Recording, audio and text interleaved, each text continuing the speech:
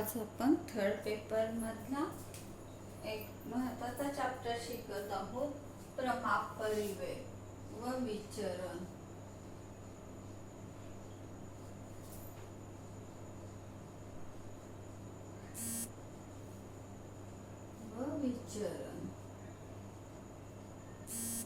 प्रमापला आपण म्हणतो स्टँडर्ड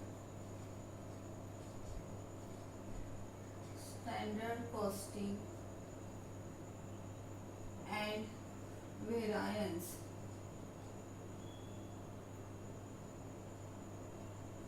आता आपण पहिल्यांदा अर्थ बघून घेऊ आपल्या याचा। प्रमाप परिव्यय म्हणजे आपण इंग्लिश मध्ये त्याला म्हणतो स्टँडर्ड। प्रमाप म्हणजे अंदाजित।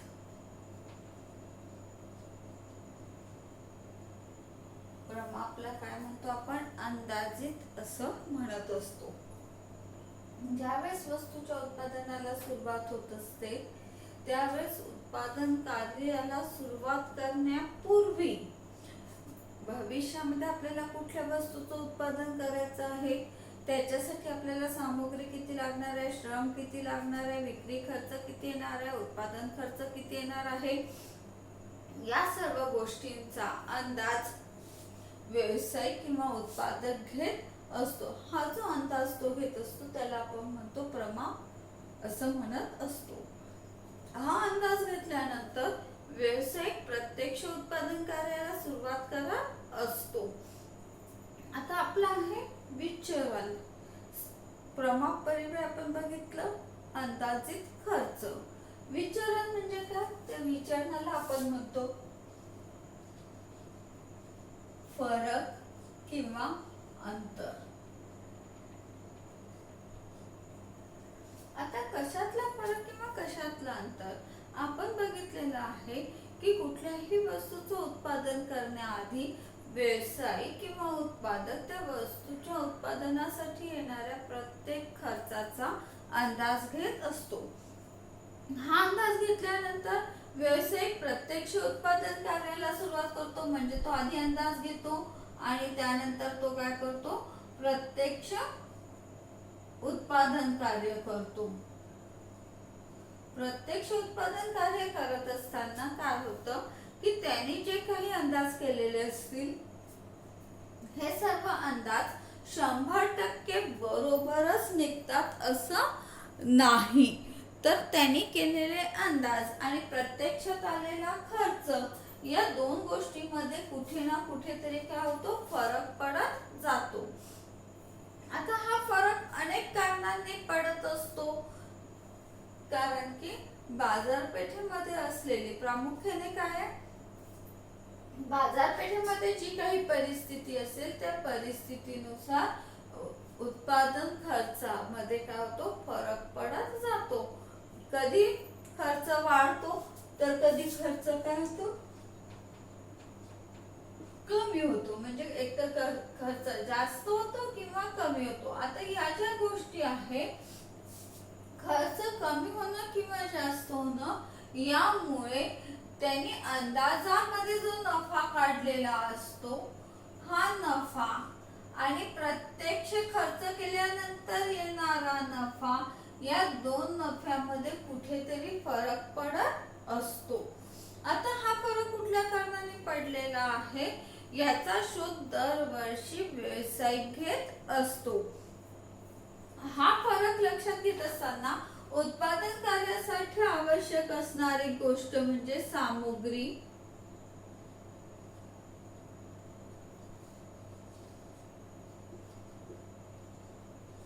श्रम आणि तिसरं म्हणजे खर्च। या तीन बाबी उत्पादनासाठी महत्त्वाच्या असतात। त्याच्यापैकी आपल्याला परीक्षेमध्ये सामग्री आणि श्रम याचा अभ्यास करायचा आहे, कारण की हे दोन खर्च असे आहे की याच्यावर व्यावसायिकाला खूप मोठ्या प्रमाणावर खर्च करावा लागत असतो। आणि हे खर्च कसे असतात? टाळता येण्यासारखे नसतात। हे खर्च व्यावसायिकाला करावेच लागतात। तो असं नाही म्हणू शकत की 4च्या जागी मी 3च मजूर लावतो आणि माझं उत्पादनाचं कार्य पुढे सुरू ठेवतो असं त्याला म्हणता येत नाही. म्हणजे जेवढ्या श्रमिकांची आवश्यकता आहे तेवढे श्रमिक त्याला लावावेच लागणार आहे उत्पादन कार्यासाठी. म्हणजे तो इथे पण काटछाट करू शकत नाही आणि सामग्रीमध्येही तो कधीच असं म्हणू शकणार नाही की एका वस्तूच्या उत्पादनासाठी मला 2 किलो सामग्री लागत आहे तर मी 1.5 किलो सामग्री वापरतो, असं त्याला करता येणार नाही. म्हणजे सामग्री श्रम हे घटक कसे आहे की ज्याच्यावर त्याला खर्च करणं आवश्यक आहे, जेवढा खर्च आहे तेवढा खर्च त्याला करावाच लागणार आहे. परंतु हे खर्च कसे आहेत तर याच्यावर नियंत्रण ठेवून तो आपले खर्च कंट्रोल मध्ये ठेवू शकतो. या दोन्ही खर्चावर तो नियंत्रण ठेवू शकतो. नियंत्रण म्हणजे कमी करणं नव्हे, बरोबर आहे. तर आपण काय म्हणतो इंग्लिश मध्ये कंट्रोल ठेवला. तर ती गोष्ट तुम्ही योग्य प्रमाणात जर वापरत असाल तर तुमचा उत्पादनाचा खर्च आपोआपच कमी होतो, बरोबर आहे ना. जसं सामग्री आहे, सामग्री जर वेस्टेज जाऊ दिली नाही, ती जेवढ्याच तेवढ्या प्रमाणात जर वापरल्या गेली तर काय होणार आहे, तुमच्या उत्पादन खर्चामध्ये आपोआपच बचत होणार आहे. दुसरं आहे श्रम. श्रम ही कसं तुम्हाला श्रमिक कमी करता येत नाही. जेवढे श्रमिक तुम्हाला आवश्यक आहे तेवढे श्रमिक तुम्हाला लागावेच लागणार आहे. मग जर या श्रमिकांकडून तुम्ही महत्तम प्रमाणात जर काम करून घेत असाल, म्हणजे श्रमिकांचा 100% तुम्ही उपयोग करून घेत असाल तर तुमच्या उत्पादन खर्चामध्ये बचत होऊ शकते. कशी तर समजा मी एक श्रमिक लावला आणि दिवसभरामध्ये तो 4 वस्तू तयार करत असेल, त्याची कॅपॅसिटी 4 वस्तूंची असेल तर या 4 वस्तू म्हणजे काय झालेलं आहे, 100% उत्पादन झालेलं आहे, बरोबर आहे. परंतु जर त्याच्यावर कोणाचा कंट्रोल नसेल तर तो 4 वस्तू उत्पादित करणार नाही, तो 3च वस्तू उत्पादित करेल, बरोबर आहे ना. म्हणजे काय झालेलं आहे इथे त्यांची त्याची कार्यक्षमता आहे ही 80%च वापरलेली आहे, 20% त्याची कार्यक्षमता वाया गेलेली आहे. आणि रोजची जर 20% कार्यक्षमता जर त्याची वाया जात असेल तर त्याला 20% जो पगार देण्यात येते हा काय झालेला आहे, तुमचा अपव्यय झालेला आहे. मग त्या मजुराकडनं 4 वस्तू म्हणजे 4च वस्तू रोज उत्पादित होईल याच्यावर लक्ष ठेवून त्याच्याकडनं तेवढ्या प्रमाणात उत्पादन कार्य करून घेणं हे कोणाचं कार्य आहे, उत्पादकाचं कार्य आहे, कारखानदाराचं काम आहे. मग इथे काय झालेलं आहे, 100% तुम्ही त्याच्याकडनं काम करून घेतलं म्हणजेच तुमचं काय झालेलं आहे, श्रमाची बचत झालेली आहे किंवा तुमचा उत्पादन खर्च कमी झाला आहे. कारण की जसं मी म्हणते की तुमचं 4 वस्तू तुम्ही तयार करत आहे आणि त्याला 100 रुपये मजुरी देत असाल, मजुरी किती आहे, 100 रुपये मजुरी देत आहे. म्हणजे एका वस्तूसाठी किती मजुरी झाली तुमची, 25 रुपये मजुरी झाली, बरोबर आहे ना. आता इथे त्यांनी 4 वस्तू तयार केल्या असत्या तर तुम्ही जी 100 रुपये मजुरी देताय ती बरोबर आहे. पण जर तुमचं त्याच्यावर कंट्रोल नसेल श्रमिकावर आणि जर तो 3च वस्तू तयार करत असेल तर काय झालेलं आहे, तुमची एका वस्तूची मजुरी किती गेलेली आहे, 25 प्लस याचे 25च्या 1/4 किती येतील आपले 6 रुपये 25 पैसे, जवळपास 30 पैसे. म्हणजे 12 18 सॉरी एका वस्तूची मजुरी 25 आणि प्लस 6 म्हणजे किती झाले, जवळपास आपण ढोबळ मानाने म्हणू शकतो 31 रुपये. म्हणजे एका वस्तूचा उत्पादन खर्च जिथे 25 राहायला पाहिजे तिथे काय झालेला आहे, 31 झालेला आहे. म्हणजे एका वस्तूचा उत्पादन खर्च एकदम तुमचा 6 ते 7 रुपयाने वाढलेला आहे. म्हणजेच त्या प्रमाणामध्ये काय झालेला आहे, तुमचा खर्च वाढलेला आहे. हे होऊ नये म्हणून त्याच्याकडनं तुम्ही 4 वस्तू तयार करून घेणं अत्यंत आवश्यक आहे. याला आपण म्हटलेलं आहे श्रमिकांवर नियंत्रण ठेवत असाल तुम्ही, त्याच्याकडनं 100% काम करून घेत असाल तर तुमची उत्पादन क्षमता आपोआपच काय झालेली आहे, वाढलेली आहे. या दोन्ही गोष्टी कशा की या तुम्ही खर्चामध्ये कपात नाही करू शकत. तुम्हाला 4 मजूर लागणार तर 4च लागणार आहे, 2 किलो सामुग्री लागणार तर 2च किलो सामुग्री लागणार आहे. पण ही सामुग्री वाया जर जात नसेल, तिचा 100% जर तुम्ही उपयोग करून घेत असाल तर तुमचा उत्पादन खर्च आपोआपच काय झाला, कमी झाला. जसं श्रमिकांनी नासधूस नाही केली, सामुग्री वाया नाही घालवली, तिचा वेस्टेज नाही होऊ दिला, तर काय होईल, प्रत्येक वस्तूला 2च किलो सामुग्री लागणार आहे. आणि श्रमिक जर त्याच्याकडे दुर्लक्ष करत असतील, श्रमिकांवर कोणाचा कंट्रोल नसेल, तर काय होईल, 2च्या जागी एका वस्तूसाठी 2.5 किलो सामुग्री लागणार आहे. म्हणजेच अर्ध्या किलोची जी काही किंमत असेल तुमच्या सामुग्रीची, तेवढ्याने तुमचा उत्पादनाचा खर्च आपोआप काय झाला, वाढलेला आहे. म्हणून आपण असं म्हणत असतो की सामुग्री श्रम हे घटक असे आहे की याच्यावर तुम्ही हे कमी नाही करू शकत, याच्यामध्ये तुम्ही खर्चामध्ये कपात करू नाही शकत, परंतु त्याच्यावर नियंत्रण ठेवून त्याचा महत्तम उपयोग करून घेऊन तुमचे उत्पादन व्यय तुम्ही कमी करू शकता किंवा त्याचा योग्य प्रमाणात तुम्हाला त्याचे रिटर्न्स भेटू शकतात, असं आपण म्हणत असतो. म्हणून आपल्याला परीक्षेसाठी सामुग्री आणि श्रम हे या दोनच घटकांचा काय करायचा आहे, विचार करायचा आहे. आता बघा, आपण व्हेरायन्स म्हणजे काय बघत आहोत, तर व्हेरायन्स म्हणजे फरक. ज्यावेळेस प्रत्यक्ष उत्पादन खर्च आणि अंदाजित उत्पादन खर्च याच्यामध्ये फरक पडत जातो, त्याच्यामध्ये जो फरक पडतो त्याला आपण व्हेरायन्स असं म्हणत असतो. त्यालाच व्हेरायन्सला आपण म्हणतो मराठीमध्ये विचलन असं म्हणत असतो. आता हे ऍक्च्युअली प्रमाप परिव्यय आणि विचलन हे एका चॅप्टरचे 2 भाग आहे. प्रमाप परिव्ययामध्ये आपल्याला थेरी आणि विचलनामध्ये गणित आहे. हे 12 मार्काचं गणित कंपल्सरी आपल्याला बोर्डाच्या परीक्षेत मध्ये येत असते. आता सुरुवातीला आपण काय करत आहोत, तर फर्स्ट पेपरची थेरी शिकत असल्यामुळे थोडंसं आपण इकडची थेरी आपण नंतर शिकू आणि सगळ्यात आधी आपण गणित घेऊ की जे सोपे गणित आहेत. अगदी काय म्हणू आपण, 4-5 सूत्र वापरले की आपलं गणित येऊन जातं. एक ओळीचं गणित असल्यामुळे सगळ्यात आधी आपण विचलनाकडे वळूया आणि प्रमाप परिव्यय आपण नंतर घेऊया. आता विचलन म्हणजे काय, तर आपण बघितलेलं आहे फरक किंवा अंतर. ज्यावेळेस उत्पादन कार्य सुरू केल्या जातं त्यावेळेस उत्पादन कार्याच्या पूर्वी सगळ्यात आधी व्यावसायिक काय करत असतो, उत्पादनाचा अंदाज घेत असतो.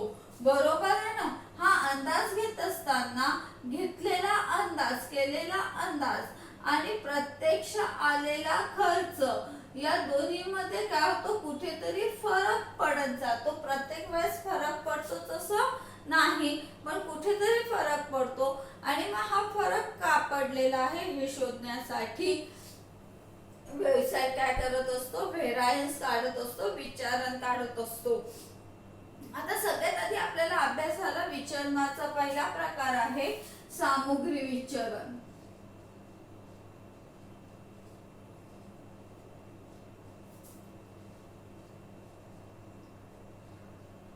सामुग्री विचलन, सामुग्री विचलनाला आपण इंग्लिश मध्ये म्हणतो मटेरियल व्हेरायन्स. आता मी प्रत्येक वेळेस इंग्लिश का सांगत आहे, तर आपण सगळे सूत्र हे इंग्लिश मध्येच वापरणार आहोत, मराठीत वापरणार नाही. कारण की हेच गणित पुढे तुम्हाला बीकॉम एमकॉम ला इंग्लिश मध्येच सूत्र तुम्हाला वापरावे लागणार असल्यामुळे आपल्याला एक आपला बेस तयार होऊन जातो, आपला पाया कसा होतो, पक्का होतो. मग आता आपण मराठी शिकणार, पुढे इंग्लिश मध्ये शिकणार, मग त्याच्यामध्ये आपलं कन्फ्युजन होत असल्यामुळे आपण आणि तसेही सूत्र कॉमर्सची सगळी सूत्र कशात वापरल्या जातात, इंग्लिश मध्येच यूज केल्या जातात. फार कमी प्रमाणात आपण सूत्र मराठीमध्ये वापरत असतो. म्हणून प्रत्येक गोष्टीचं इंग्लिश आपल्याला लक्षात ठेवायचं आहे. खूप काही पाठ करायची गरज नाहीये, गणित सोडवताना आपोआप पाठ होतं.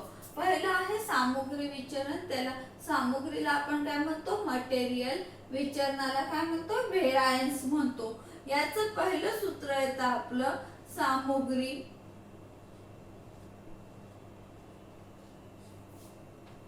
परिव्यय विचरण, मी याच्यातले शब्द तुम्हाला लिहून देते लगेच, फक्त पहिल्यांदा आपण शिकून घेऊ. सामुग्री परिव्यय विचरण याला आपण म्हणतो material cost व्हेरायन्स.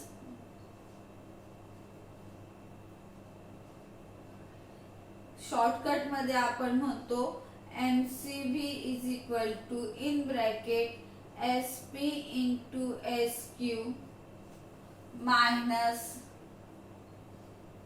AP into AQ. हे झालं आपलं सामग्री परिव्यय विचरणाचं सूत्र.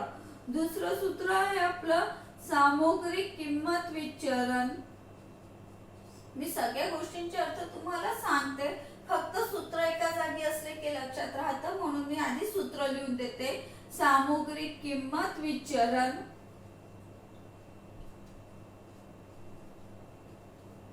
याला आपण म्हणतो material price variance MPV is equal to AQ in bracket SP minus AP. झालं. हे झालं आपलं दुसरं सूत्र. एकूण आपल्याला 5 सूत्र आहेत. त्याच्यानंतर आपण बघूया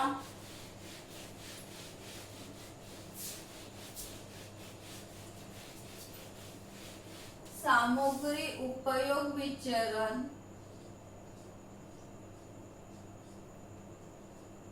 सामग्री उपयोग विचरण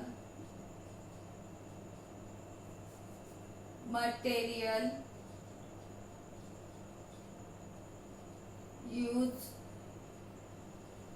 uses variance MUV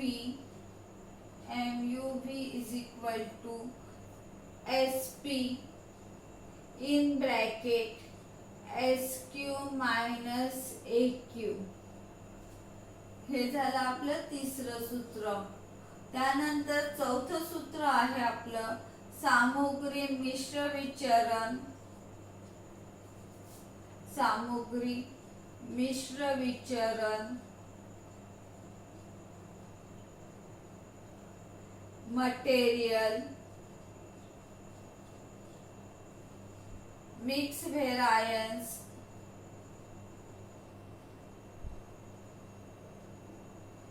M. याच्यामध्ये 2 सूत्र वापरतो. याच्यामधलं पहिलं सूत्र आहे जेव्हा टोटल SQ व टोटल AQ समान असेल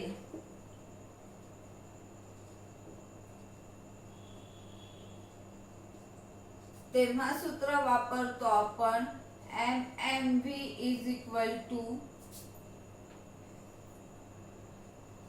SP in bracket SQ minus AQ.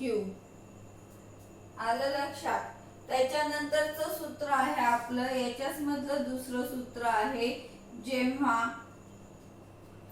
Total SQ व टोटल AQ समान नसेल तर. समान नसेल तेव्हा सूत्र आहे आपलं MMV बरोबर SP in bracket RSQ minus AQ. हे झाले आपले 4 सूत्र, म्हणजे एकूण 5 सूत्र. 6वं सूत्र आहे आपलं आपण ज्यावेळेस RSQ म्हणतो तर गणितामध्ये कधीही RSQ दिलेला नसतो. तो आपल्याला नेहमी काय करावा लागतो, काढावा लागतो. म्हणून RSQ चं सूत्र आहे आपलं RSQ बरोबर RSQ is equal to total AQ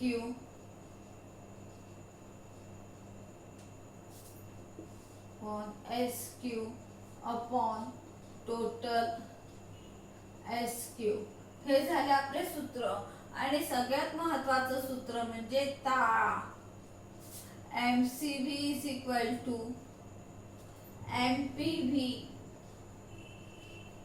plus MUV. हा ताळा म्हणजे आपण सोडवलेलं गणित बरोबर आहे किंवा नाही हे आपल्याला जेव्हाच्या तेव्हाच कळतं. आणि जर काही चुकलं असेल तर आपण सहजतेने दुरुस्त करू शकतो. म्हणजेच हे गणित कसं आहे की आपण पेपर सोडवत असतानाच आपल्याला कळतं की आपल्याला 12 पैकी मार्क 12 मिळणार आहे की कमी मिळणार आहे. याचा अंदाज आपल्याला जिथल्या तिथेच येत असतो. आता आपण आधी सूत्र लिहून घेतले. मी सूत्र याच्यासाठी लिहून दिले की ज्यामुळे तुम्हाला सगळे सूत्र एका जागेवर सहजतेने बघायला भेटेल. आता त्याच्यानंतर आपण याच्यातले शब्द बघूया की आपण सूत्रामध्ये वेगवेगळे शब्द वापरलेले आहेत. त्याचा अंदाज त्याचा अर्थ काय आहे हे बघूया. पहिला शब्द वापरला आपण SP. SP म्हणजे स्टँडर्ड प्राइस.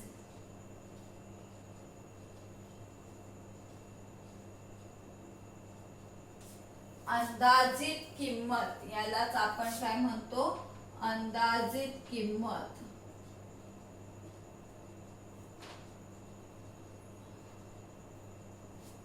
दुसरा आपण बघतो SQ. याला आपण म्हणतो स्टँडर्ड क्वांटिटी. अंदाजित मात्रा. अंदाजित मात्रा. त्यानंतरचा शब्द आहे आपला तिसरा AP. याला आपण म्हणतो ऍक्च्युअल प्राइस. यालाच आपण म्हणतो प्रत्यक्ष किंमत.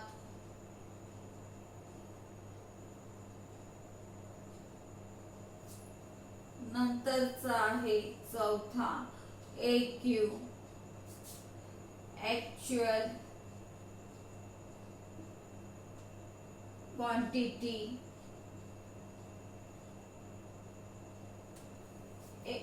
प्रत्यक्ष मात्रा.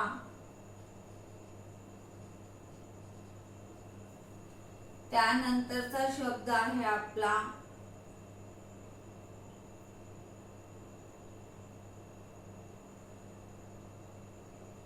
पाचवा शब्द आहे आपला RSQ.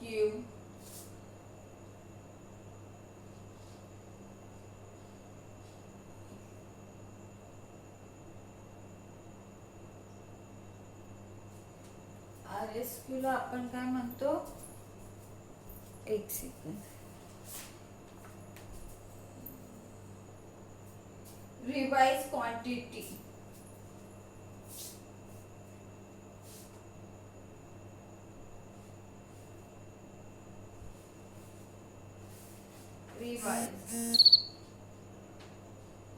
Revise quantity. सुधारित मात्रा. सुधारित मात्रा. RSQ म्हणजे सुधारित मात्रा. त्यानंतरचे दोन शब्द आहेत जे सगळ्यात महत्त्वाचे आहेत. त्याच्यामधला एक शब्द आहे सहावा म्हणजे त्याला आपण काय म्हणू F म्हणजे फेवरेबल.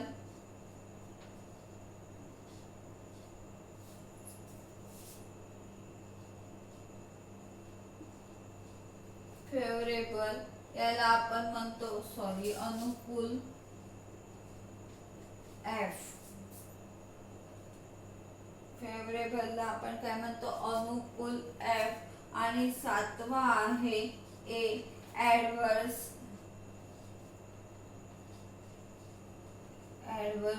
याला आपण म्हणतो प्रतिकूल. एकाला म्हणतो अनुकूल आणि दुसऱ्याला म्हणतो प्रतिकूल. आता हे अनुकूल आणि प्रतिकूल काय आहे हे आपण बघून घेऊया. सगळ्यात आधी आपण एफ आणि ए हे आपल्यासाठी गणितामध्ये सगळ्या गोष्टींपेक्षा एफ आणि ए ला अतिशय महत्व आहे. फेवरेबल आणि ऍडव्हर्स. ऍडव्हर्स म्हणजे प्रतिकूल, याला आपण म्हणू शकतो तोटा आणि याला आपण म्हणू शकतो नफा. सोप्या शब्दामध्ये फेवरेबल म्हणजे नफा आणि प्रतिकूल म्हणजे तोटा. आता कसं ते आपण आधी बघून घेऊ. हे शब्द आपण घेतलेले आहे. गणित सोडवत असताना हे शब्द अजून क्लिअर होतात. फक्त फेवरेबल आणि ऍडव्हर्स मी आता तुम्हाला शिकवते आणि एखादा शब्द समजा गणित सोडवता अडला तर तिथे मी तो क्लिअर करतेच, किंवा तुम्हाला लक्षात नाही आलं तरीही तुम्ही मला पटकन तो विचारू शकता.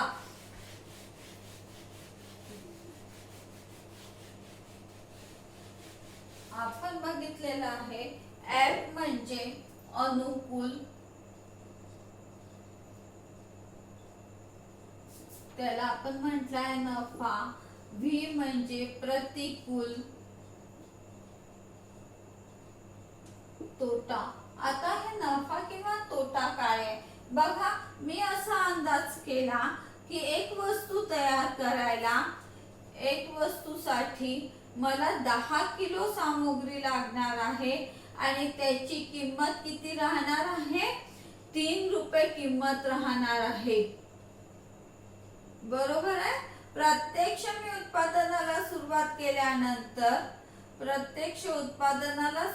केल्यानंतर काय झालं, माझ्या असं लक्षात आलं मला 8च किलो सामग्री लागली, पण त्याची किंमत किती आहे? 4 रुपये आहे. आता काय झालेलं आहे, माझा अंदाज होता 10 किलो सामग्री लागणार आहे. मी माझा उत्पादन खर्च 10 किलो सामग्रीनुसार प्रत्यक्ष एका वस्तूसाठी काढलेला आहे. परंतु ज्यावेळेस मी उत्पादन करायला लागले त्यावेळेस माझ्या असं लक्षात आलं की मला 8च किलो सामग्री लागत आहे. म्हणजे केलेल्या अंदाजापेक्षा मला 2 किलो सामग्री कशी लागत आहे? कमी लागत आहे. म्हणजेच माझा उत्पादनाचा खर्च तेवढ्याने काय झालेला आहे?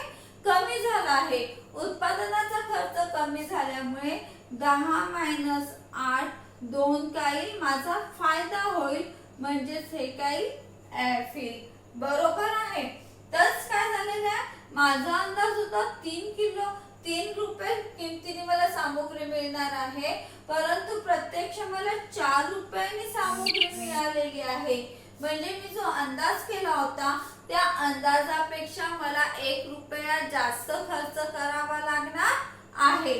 म्हणजे इथे काय झालेलं आहे, 2 किलोनी माझा खर्च वाचला, तर इथे 1 रुपयाने माझा खर्च वाढलेला आहे. 1 रुपयाने माझा खर्च वाढतो आहे. म्हणजेच माझ्या दृष्टीने तो काय झाला? तोटा झाला. म्हणून मग 3 - 4 बरोबर काय येईल? ए. तोट्यासाठी काय वापरतो आपण? ऍडव्हर्स म्हणजे तोटा, प्रतिकूल. म्हणून मग आपण तिथे काय लिहिलेलं आहे? ए लिहिलेलं आहे. हे झालं आपलं गणित सोडवत असताना आपलं सगळ्या सूत्र आपले सहजतेने पाठ होतात. फक्त आपल्याला लक्ष कुठे ठेवावे लागतं? अनुकूल आणि प्रतिकूल. एफ कुठे लिहायचं आणि ए कुठे लिहायचं याच्यामध्येच काय करावं लागतं आपल्याला. गणित सोडवत असताना लक्ष ठेवणं अत्यंत आवश्यक आहे. ज्यावेळेस आपण प्रत्यक्ष गणित सोडवायला सुरुवात करू त्यावेळेस ते तुमच्या सहजतेने लक्षात येईल. ठीक आहे. इथे आपण तुम्हाला जर याच्यामधलं काही अडलं असेल तर तुम्ही मला सहजतेने विचारू शकता. याच नोट्स तुम्ही वहीमध्ये लिहून घेऊन तुम्हाला प्रत्यक्ष गणित सोडवण्याची प्रॅक्टिस सुद्धा करावी लागणार आहे. कारण की आपण या महिन्याच्या शेवटी एक टेस्ट घेणार आहोत आणि ती टेस्ट सोडवून तुम्हाला माझ्याकडे पेपर सबमिट करावे लागणार असल्यामुळे तुम्हाला याची प्रॅक्टिस ही करावीच लागणार आहे. ठीक आहे. आता याच्यानंतर आपण पुढचं जे घेऊ त्याच्यामध्ये आपण काय घेणार आहोत? गणित घेणार आहोत. ठीक आहे.